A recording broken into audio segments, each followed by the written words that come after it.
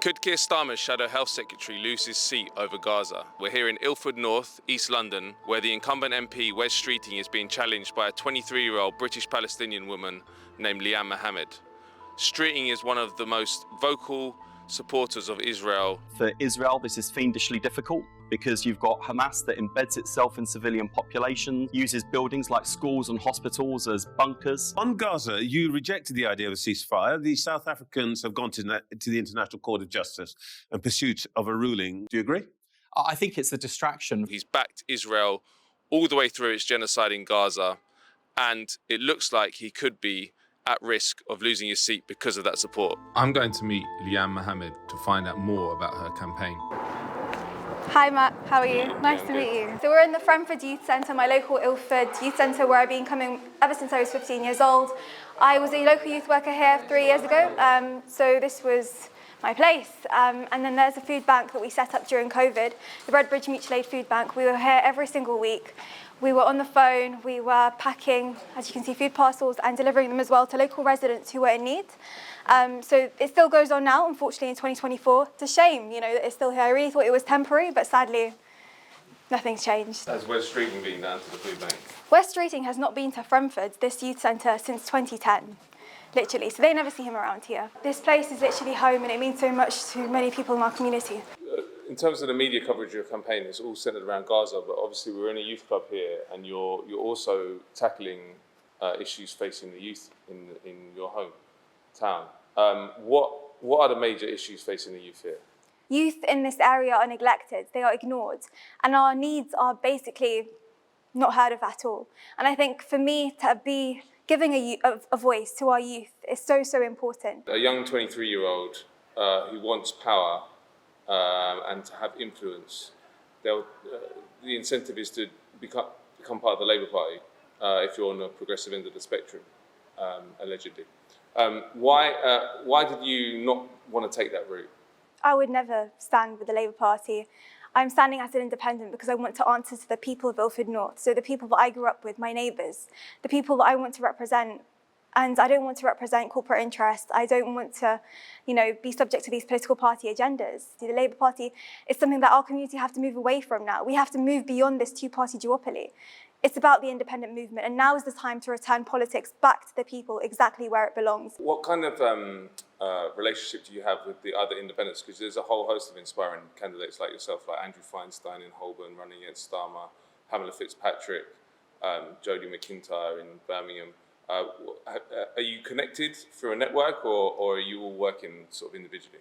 Every campaign is different. We're not connected in that sense, but every single person is doing an honourable thing, standing as an independent. It takes courage to fight the two-party system, and that is why I have so much respect for every single person standing as an independent right now. There is a new kind of politics that is forming, a new kind, genuine, honest politics that we want to see for our community, by the community. This is what's happening right now, and I've never been more hopeful in my life. All the main parties have candidates in Ilford North, but Liane thinks it's a two-horse race. The only active campaign running is us, that's it. Labour are too scared to walk these streets of Ilford, and the Greens are, they're not actively. And then Lib Dems basically nowhere to be seen. So it's basically me and Wes. Liane speaks confidently, but I wanted to see how her campaign was doing on the ground. It didn't take long to find her supporters. Assalamu alaikum. How are you? Good to see you. Mashallah, you're a brave lady. Thank you. Good. Counting on your support. Inshallah. Hi. Well done on campaigning. Thank you. Counting on your support. Absolutely, 4th of July. absolutely. 4th of July. Where We do you voted have for you. it? We voted for you. Thank you so much. Take care. See, Wes can't walk the streets like we can, do you know what I mean? He's basically got no one to canvass for him. I don't think anyone wants to be a Labour canvasser right now. In the midst of everything that's happening, why would you want to be humiliated, and why would you want to be standing on the wrong side of history? If Streeting does go canvassing around here, people might ask him why he accepted £25,000 from pro-Israel lobbyists like Labour Friends of Israel, who paid for him to visit the country 2 years ago. Liane, on the other hand, is proud of her Palestinian heritage and often speaks at the ceasefire protests. For her, what's happening in Gaza is personal. My father is from Haifa and my mum is from Ramallah. And yeah, my father was born a Palestinian refugee. I come from a Palestinian refugee family background. Everyone will try to frame me as a Gaza candidate. And I am standing for Gaza 100% because that's where I'm from and that's, what's brought us together. Nobody can deny that Gaza is what has brought us together. Gaza has brought about an awakening. It's woken up so many people. When it came to what happened in October and Keir Starmer coming out and saying that Israel had the right to cut off fuel, food and water to 2.2 million Palestinians in Gaza, that is when I completely left Labour and got rid of my membership because that party can no longer represent me. And to this day, I say it doesn't represent any of us. It doesn't represent any ethnic minority, any young people, any elderly. I don't know who the Labour Party represents at this stage. And so my community came together after October to really want to have a voice for the people. They wanted to unseat Wes Streeting, who refused to vote for a ceasefire. After calling on him, he said that Israel, had not wreaked enough revenge. He said it was the wrong time. And because of that, my community came together to select an independent to represent the people and not corporate interests. And I've been campaigning for 5 months now. We're 5 weeks till the election and we're out here on the street every single day getting every single vote. Can you just tell us a little bit about what kind of reaction you're getting on the doorstep from people? Because as you say, this is an issue that Gaza is an issue that is really exercising everyone. It's not just the Muslim community or particular communities, it's everyone's involved in it. So can you just say what reaction you're getting? Well, there you go.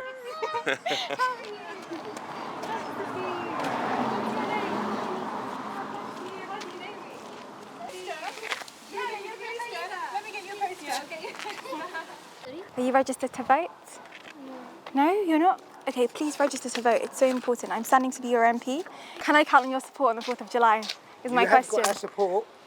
I'm all for supporting yourself, and as an independent, I know Wes will only probably come round. We've never seen him. I've never seen him for the last 4 years or 5 years that is coming up, and especially what's going on in the Middle East as well. They've not listened to anybody. Through my letterbox, I got the leaflet. Yeah. And normally I'd put all the leaflets straight in the bin. But this time round, I've kept it. And I'm really thinking. Why did you keep it? I think, really speaking, because I read the word independent on it. The response has been very positive. People want a change, and we're seeing, every day, there's many people who are open to the idea of me. Even Tories on the doorstep are supporting me at the moment. The incumbent MP is the Shadow Health Secretary, Wes Streeting, who is a dyed-in-the-wool supporter of Israel, and it backs, obviously, the leadership which has been backing the genocide in Gaza for nearly 8 months now. Can you just give what should we know about Wes Streeting? Who is this man, and is he dangerous for the future of Britain? So if you ask the people of Ilford North, they don't even know who Wes Streeting is because he's locally invisible here in the area. They don't know him. But what they should know about him is that he refused to vote for a ceasefire. He doesn't care about the people. If he doesn't care about the people over there, why would he care about you? This person should be nowhere near power. He's a Shadow Health Secretary trying to privatise our NHS. He takes donations from all these private healthcare companies. What we're standing on is a community grassroots campaign, a people-powered campaign. We don't take donations from private companies, private healthcare companies or lobbyist groups.